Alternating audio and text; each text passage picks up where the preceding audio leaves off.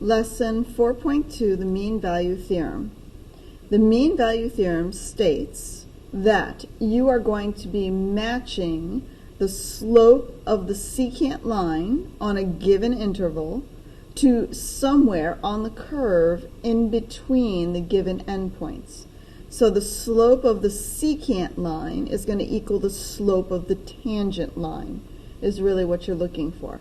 Now this will only happen provided your function f is differentiable on the open interval and continuous on the closed interval. If these conditions are met, then the mean value theorem says that you're going to have that matching slope.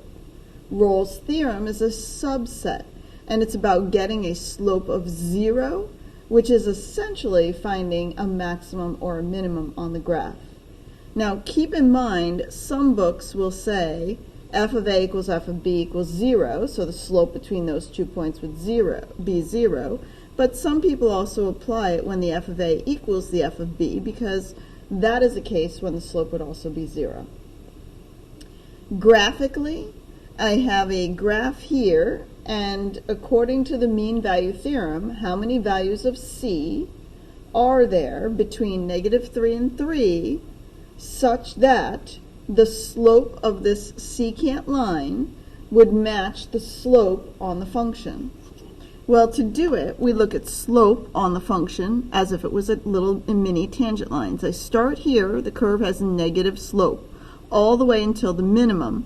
Once it turns, it starts having positive slope, and I want to be touching the curve, skimming along, and being parallel at the same time. So right about here on the curve, I would have matching slope. So this would be 1 c value.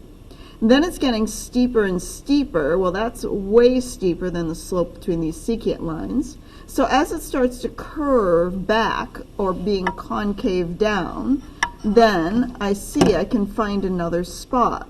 So I'm looking at making this slope, so I'm going to go parallel to that slope and hit the curve.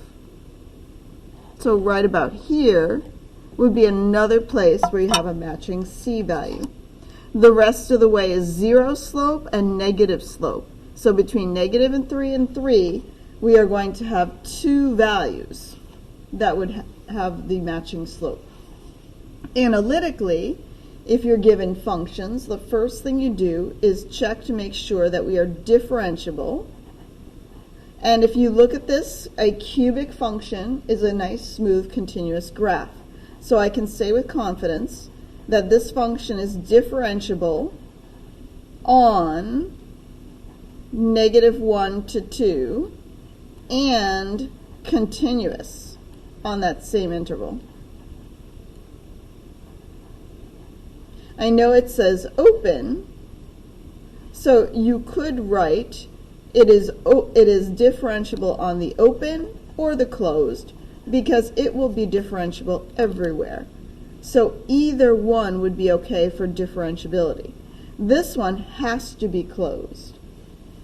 All right, once we know that we are differentiable and continuous, then we're going to find the value in between -1 and 2, or the values that satisfy the theorem. To do that, I'm going to need f at 2 minus f at -1, because that will get me the slope of the secant line over the 2 plus 1. That should be matching the instantaneous rate, which is the derivative, and the derivative would be 3x squared plus 1.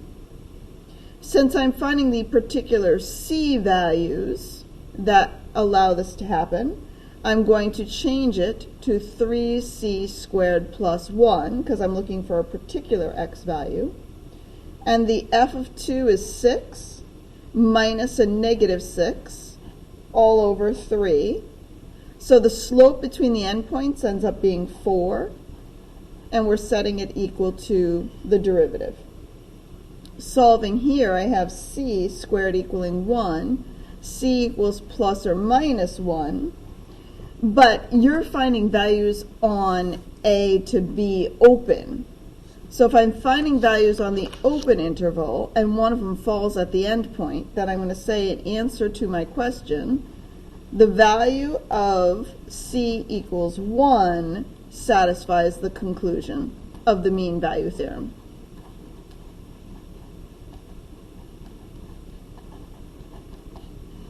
The next example, the value of C equals 1 satisfies the conclusion. The next value for part A, and this is part B over here. So part A, is this function differentiable on this given interval? Square root functions, you have to be careful with whenever you're doing the square root of 0, because those are potential vertical tangents. And the -5 plugged in here is a 0, which means I'd have a vertical tangent. So I'm going to say I am differentiable on, and this one has to be the open, because I am not differentiable at -5. And this one is continuous on its given domain. Conditions are met. Part B, we find the slope between the endpoints, so I'm going to need f at 3 minus f at -5 over 3 plus 5. That should equal the instantaneous rate, which is the derivative. So that's going to be 1/2 25 minus x squared to the -1/2, and by chain rule times -2x. F of 3 is 4 minus 0 divided by 8 is equaling, and then on this side I have 1/2. I have 1 over the square root of 25 minus c squared, and then I have a -2c. Well, 4/8 is a half, and that's a half. So in a sense, they're canceling each other out. So now I'm looking at 1 equaling -2c over the square root of 25 minus c squared. To solve, some algebraic maneuvering is just cross multiplying, or just multiplying by the square root. So I have square root of 25 minus c squared is equal to -2c. Squaring both sides, 25 minus c squared is equal to 4c squared. 25 is equal to 5c squared. So c is going down to plus or minus the square root of 5. And you might think those both fall in that interval, so I'm doing okay. But there's a glitch on this one. Only one of these answers works, and you can get it analytically or graphically. The square root of 25 minus x squared looks like a half circle. I'm connecting from here at -5 to the value at 3. So visually, that's the slope of my secant line. Well, which one is going to work according to the mean value theorem? The one that's going to match this slope, maybe like right about here, which means I am left of 0. If I take the positive root 5, I'm over here. Those are all negative slopes. So the value of c that satisfies this is -√5. And that's what satisfies the conclusion. The algebraic way to look at it is back in this step. The square root has to equal a positive number. Therefore, what c value has to be put in to make that happen, it has to be a negative value. So you can get it either graphically or analytically, the fact that only the -√5 works. Rolle's theorem is a subset of the mean value theorem, and it's about making the slope of 0. First, we look to make sure f of x is continuous and differentiable. So this function is all 0 and positive, so it's defined. So f of x is continuous on 0 to 4. And as far as differentiability goes, I'm going to have a problem here at 0 because I have a vertical tangent at 0. But we only care about being differentiable on the open. So I'm going to say and differentiable on 0 to 4.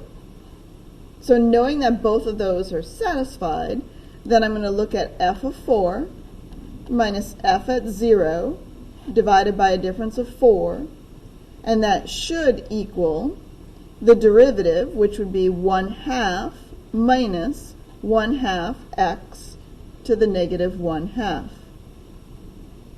Well, f at 4 is 0. So I end up with 0 over 4, or just 0, equaling 1/2 minus 1 over 2 square roots of c. If I bring, this is 0, bring that over, or bring this one over so they're positive, the only way this can be true is if the c value is equal to 1. So c equals 1 satisfies Rolle's theorem.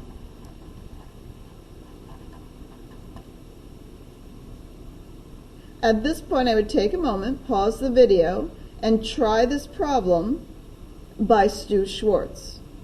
And I would only use my graphing calculator at the end. All right, so the value that's guaranteed by the mean value theorem. Well, that means I want to do my 2 points right here, P and Q, so I have to find them. Well, at Q, the y value is 0. So to find it, I'm going to say 0 equals cosine squared x plus cosine x. 0 equals cosine of x times cosine of x plus 1.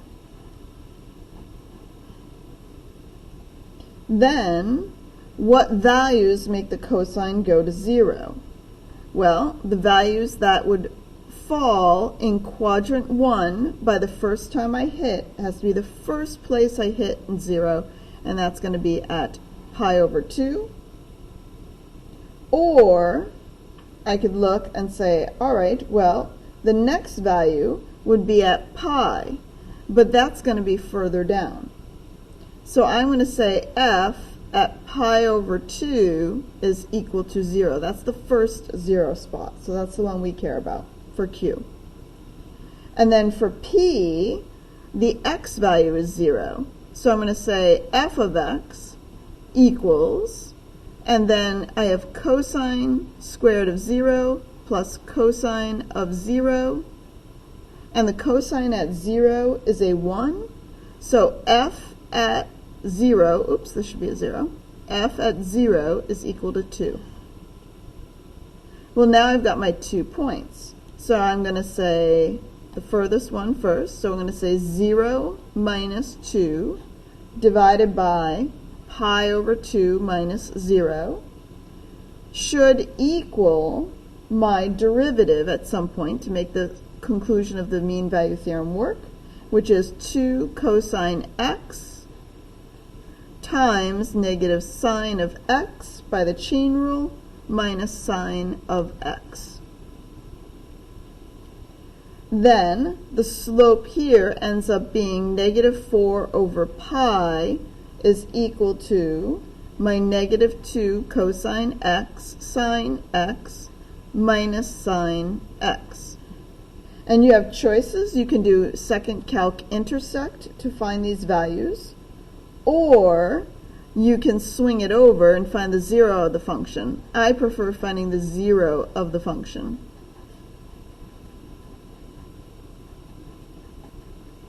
So I would type that into my y1. And then the two values that I get when I do that are 0.4762 and 1.427. There are other values, but I would set my window so that my window only goes from 0 to the value we got for Q, which is pi over 2. So make sure you set an appropriate window. So the values of C are the 0.476 and the 1.427. Take a moment, read the theorem, and see what you would put if you were answering.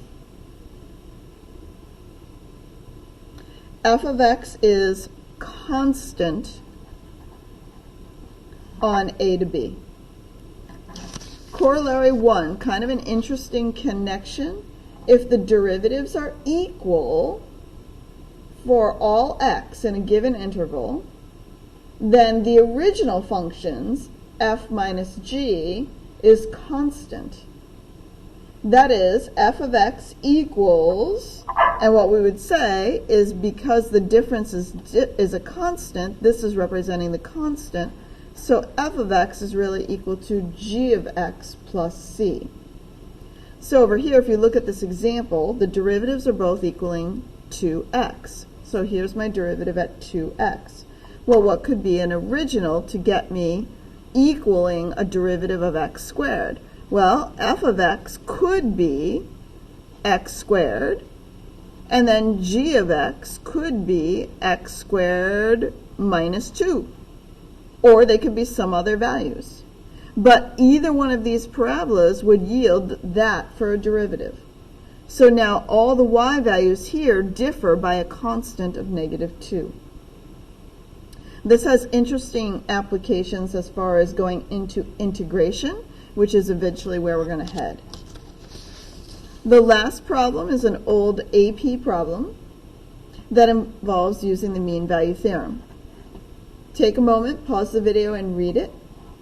To find h prime at 6, this is an old one, this is review. I'm going to go to the chart. I don't have a value at 6. I have these two values that would be around 6. So I'm going to approximate the slope using those two values. We do not create the functions. We just take and utilize what we have. So I'm getting a slope of 5/6. So then, using correct units, interpret the meaning. So I'm going to say at t equals 5/2 years, the rate at which the height of a tree is changing is 5/2 meters per year. Part B, explain why there must be at least one time t such that our derivative is equal to 2. So if I'm looking for a particular slope, then I go back up and I think, well, what's the slope between these two ends? And if I look at the two ends, those don't have a slope of 2.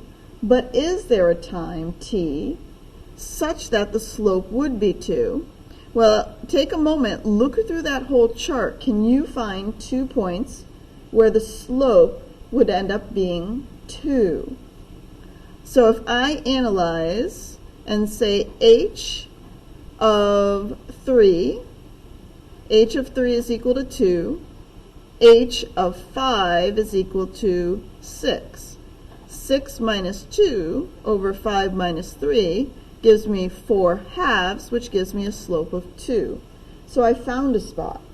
So in answering this, I'm going to say there must be a time t on